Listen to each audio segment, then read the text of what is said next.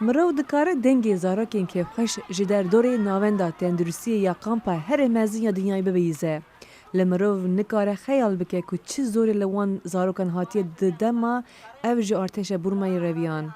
At the beginning it was like د دەستپێکی دا ئەو نەکاری بوون باخڤن ji ber ku ewan gelek bûyerên nexweş dîr bûn û çîrokên nebaş hat bûne serê wan di dema ew ji meyan mir hatîne Bangladeş pir tij derbaskirîne lê niha hêdî hêdî xuşnû ve baş dikin em ji bo wan hewl dideyîn.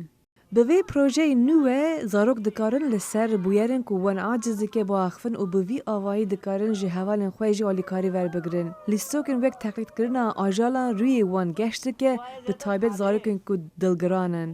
Em bo xwendinê hatine vir û rêber bi peyaman re me perwerde dikin. Herî pêş divê em xwe rehet bikin û aciz nekin.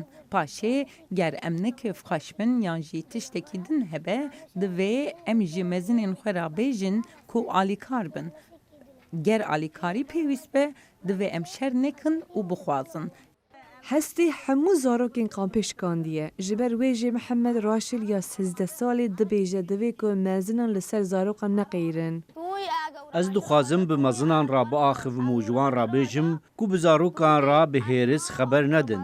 Ji ber ku ew bandûrê li ser wan dike û wan xemgîn dike.